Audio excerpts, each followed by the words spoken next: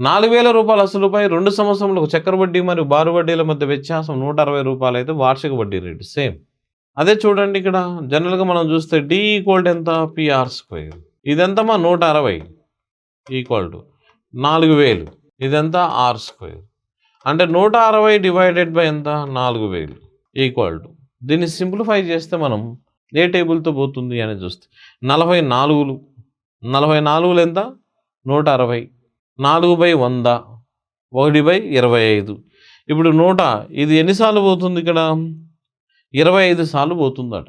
25 1/5 అంటే ఎంత శాతం 20%.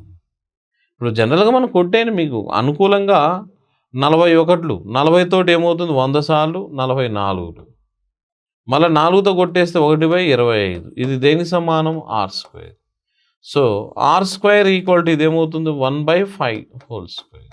మరి ఆర్ ఈక్వల్ టు 1/5 అంటే ఎంత శాతం అమ్మా 20%.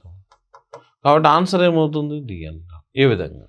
సో ఇటువంటి సందర్భాల్లో మనకు ఇది కొద్దిగా ఈజీగా ఉంటుంది. వడ్డీ రేటు కనుక్కునేటప్పుడు మనం ఈ మెథడ్ అనేది కొద్దిగా కంఫర్టబుల్గా ఉంటుంది అని చెప్తాము.